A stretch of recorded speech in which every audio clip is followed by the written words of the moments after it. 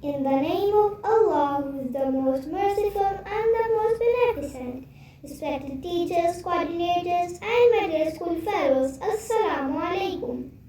My name is Aimanshow from class 3. Today I am talking about Global Dignity Day. As you know, today is Global Dignity Day, so I want to share a few lines on it. Let's start. Global Dignity Day is a special day to remind everyone that every person deserves respect and kindness.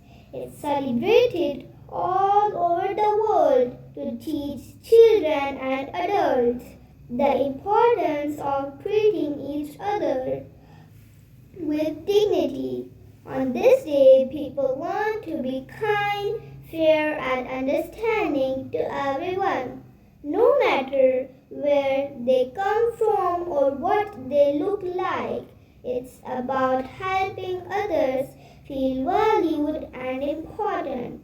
Schools and communities hold activities where people share stories about respect and kindness.